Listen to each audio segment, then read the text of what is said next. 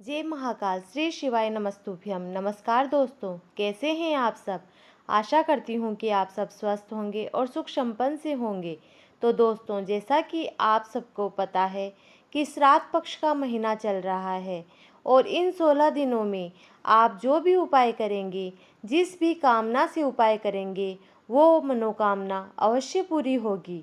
तो आपको पता है कि कल श्राद्ध पक्ष की अष्टमी तिथि है और वार शनिवार का दिन है और ये अचूक उपाय शिव महापुराण की कथा से सुनकर आपको बता रही हूँ।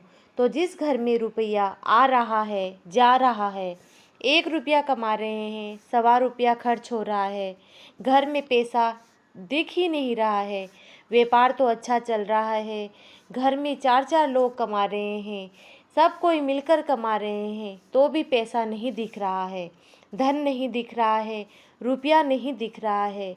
तो अगर आपका कमाया धन संचिता में नहीं पड़ रहा है, संचित नहीं हो रहा है, धन बरकत नहीं कर रहा है या इकट्ठा नहीं हो रहा है, आपकी उन्नति नहीं हो रही है, आप जहाँ पहले थे वहीं अब भी हैं, तो शिव पुराण की कथा कहती है कि आप ये अचूक और चमत्कारिक उपाय अवश्य करें। लेकिन उससे पहले आप मेरे वीडियो को लाइक करें।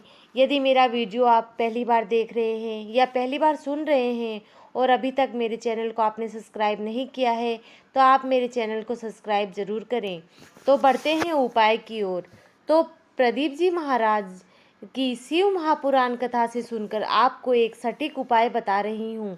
तो इस अष्टमी तिथि को ये विशेष कार्य करें, आपका धन संचिता में आ जाएगा, यानी आपका धन संचित होने लगेगा, आपकी जो भी कमाई है वो बरकत होने लगेगी, मतलब आपका जो धन है इकट्ठा होने लगेगा।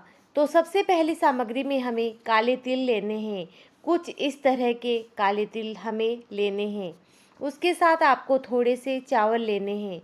तो चावल के लिए मैं हरदम बताती हूँ कि चावल खड़े होने चाहिए, कहीं से भी टूटे फूटे नहीं होने चाहिए, बिल्कुल खड़े चावल के दाने लेने हैं।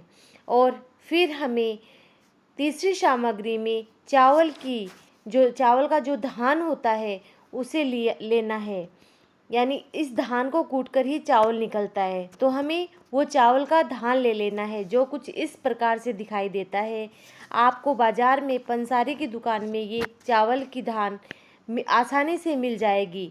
अब इन तीनों सामग्रियों को एक कटोरी में रख लेवें और अब इस कटोरी को मेन गेट के जो दरवाजे के नज़दीक में, मतलब हम घर के दरवाजे के बाहर निकलते हैं तो उल्टे भाग में यानी लेफ़्ट साइड में इसे रख देना है।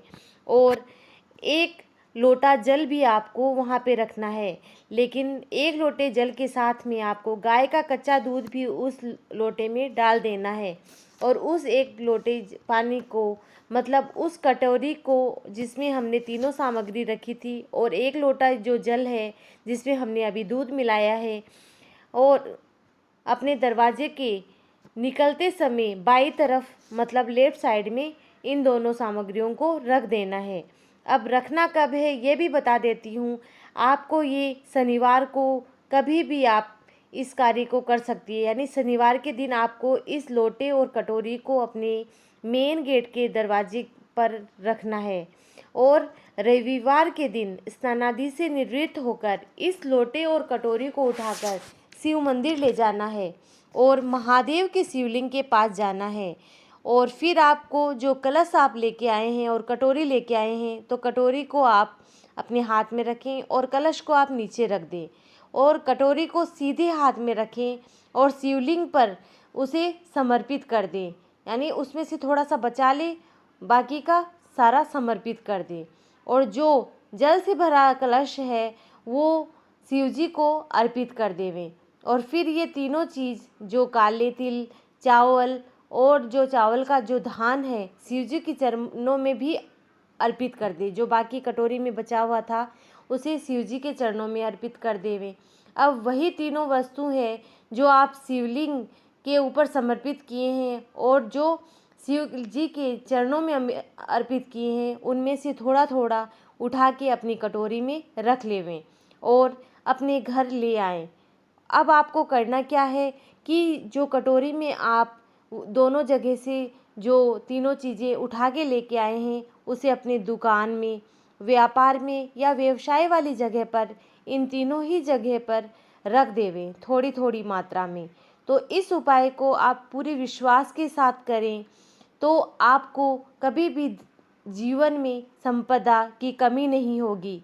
ये संपदा यानी ये जो धन संपत्ति है आपकी दिनों दिन बढ़ेगी, ऐसा शिव पुराण की कथा में लिखा गया है। तो इस उपाय को एक बार अवश्य करें और आप स्वयं देखें कि आपका पैसा इकट्ठा होने लगेगा, पैसों में बरकत आएगी और आपका समय बदल जाएगा, क्योंकि पैसे होने से आपका नाम भी चमकने लगेगा, तो समय अपने आप ही बदल जाएगा। तो मैंने कोशिश की है आपको एक छोटा सा अचूक उपाय बताने की।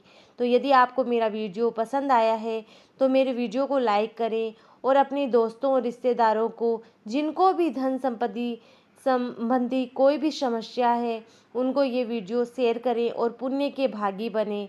और मुझे कमेंट में श्री शिवाय नमस्तुभ्यम अवश्य लिखें। जय महाकाल।